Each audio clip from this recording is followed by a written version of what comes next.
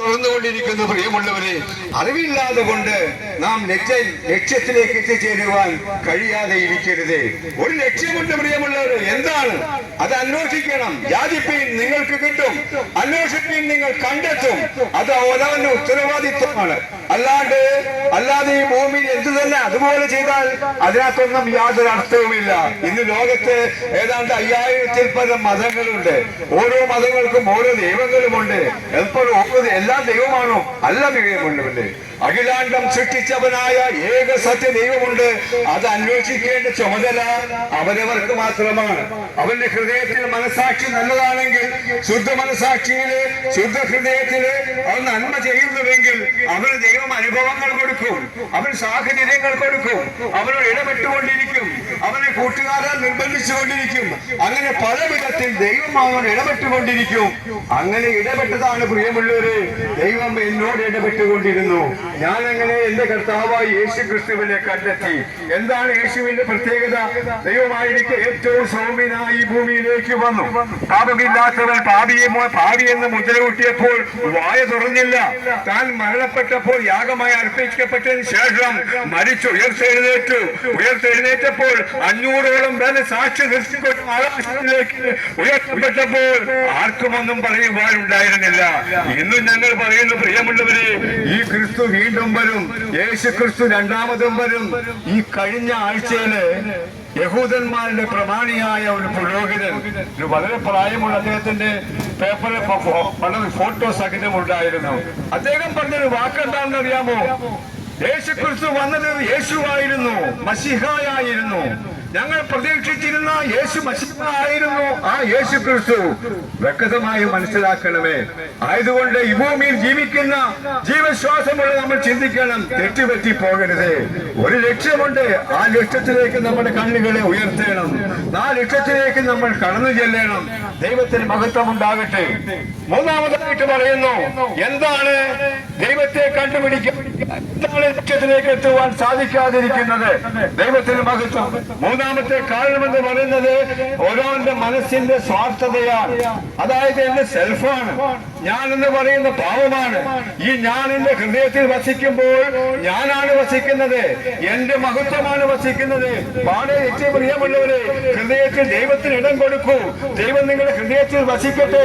ഒരു കാര്യം സത്യമാണ്, എല്ലാ മതങ്ങളും വിശ്വസിക്കുന്ന ഒരു പ്രമാണമുണ്ട്. നാരായണ ഗുരുസ്വാമി അവരുടെ നോക്കുവിൻ.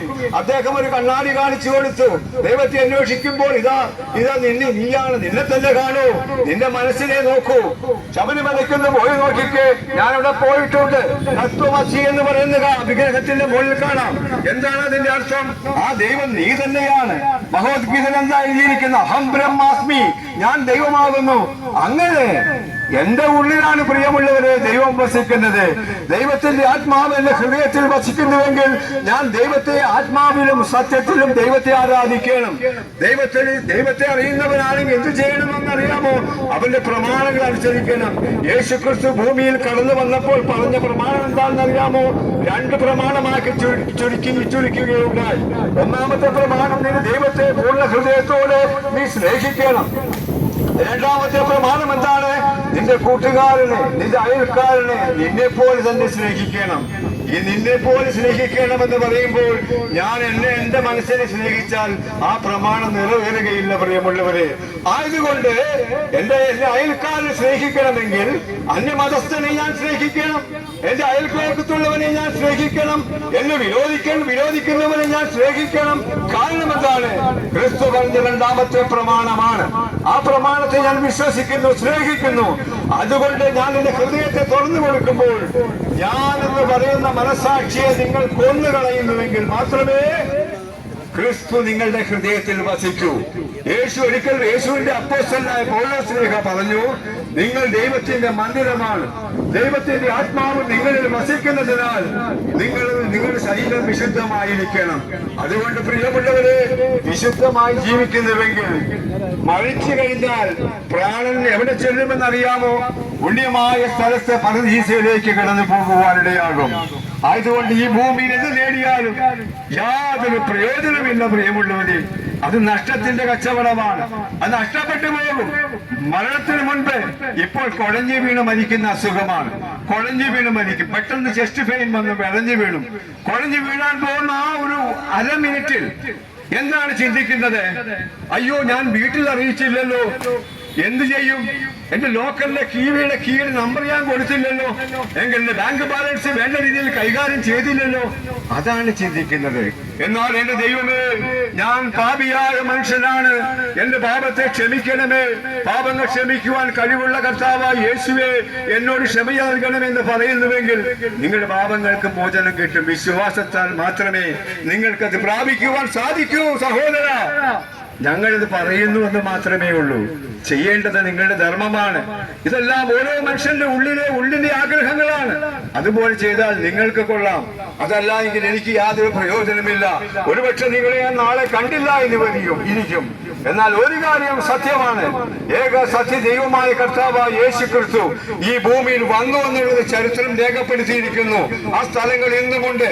2, യേശു ക്രിസ്തു ചെയ്ത അടയാളങ്ങളും അത്ഭുതങ്ങളും പോലെ ഇന്ന് ലോകത്തിൽ ഒരു വ്യക്തി പോലും ചെയ്തിട്ടില്ല. മരിച്ചവൻ ഉയർപ്പിച്ചവൻ യേശു ക്രിസ്തുവാണ്. കടലുകളെ ശാസിച്ചത് യേശു ക്രിസ്തുവാണ്. ചെങ്കടലിനെ 2ആയി വിഭാഗിച്ചത് യേശു ക്രിസ്തുവാണ്.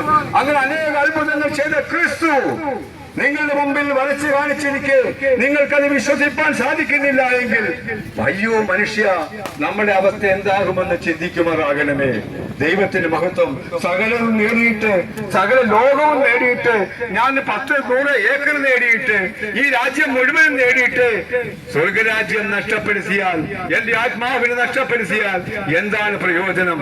ഈ പ്രാണൻ എന്ന് പറയുന്നത് എന്താണെന്ന് അറിയാമോ? അതും കൂടി പറഞ്ഞിട്ടങ്ങ് നിർത്തിയേക്കാം. നമ്മുടെ ശരീരത്തിന് ജീവനുണ്ട്. ആ ജീവനല്ല പ്രാണൻ, ആ ദൈവത്തിന്റെയാണ് ജീവൻ. ആ ജീവൻ പോയാൽ നാം മരിച്ചു. നമ്മുടെ ശരീരം നിർജീവമായി തീർന്ന് മണ്ണിലേക്ക് പോകും. എന്നാൽ പ്രാണൻ എന്ന് പറയുന്ന നമ്മുടെ ആത്മാവ്, നമ്മുടെ ദേഹി, അതായത് ദേഹി, ആ ദേഹി അല്ലെങ്കിൽ ആ പ്രാണൻ മേപ്പോട്ട് പോകും. അതിന് മരണമില്ല. അതിന് ന്യായം വിധിക്കപ്പെടേണ്ടതായി വരും. നല്ലത് ചെയ്താൽ നന്മ ലഭിക്കും, തിന്മ ചെയ്താൽ തിന്മ ലഭിക്കും. ആയതുകൊണ്ട് നാം എങ്ങോട്ട് പോകുന്നു എന്നുള്ളത് ചിന്തിക്കണമേ. ഈ കോഴിക്കോടിലെ ജനങ്ങൾ ചിന്തിക്കണമേ. കാരണം ആത്മാവിനെ നഷ്ടപ്പെടുത്തിയാൽ, പ്രാണനെ നഷ്ടപ്പെടുത്തിയാൽ യാതൊരു പ്രയോജനവും. ഞാൻ എന്റെ വാക്കുകളെ ചുരുക്കിയാണ്. ദൈവം നിങ്ങളെ സഹായിക്കട്ടെ, ദൈവം നിങ്ങളെ സംരക്ഷിക്കട്ടെ. കർത്താവായ യേശു ക്രിസ്തുവിൽ വിശ്വസിച്ചുകൊണ്ട് നിങ്ങളുടെ പ്രാണന്റെ രക്ഷയെ നിങ്ങൾ നേരിട്ട് കൈകാര്യം ചെയ്തുകൊള്ളണമെന്ന് എന്ന് പ്രാർത്ഥിക്കുന്നു. നിങ്ങളെ സഹായിക്കുന്ന ദൈവം നിങ്ങളുടെ കൂടെ ഉണ്ട്. നിങ്ങൾ അതിനു വേണ്ടി പ്രയത്നിക്കണം, അന്വേഷിക്കണം, യേശുവിനെ കണ്ടെത്തണമെന്നുകൂടി ഓർപ്പിച്ചുകൊണ്ട് ഞാൻ എന്റെ വാക്കുകളെ ചുരുക്കുകയാണ്.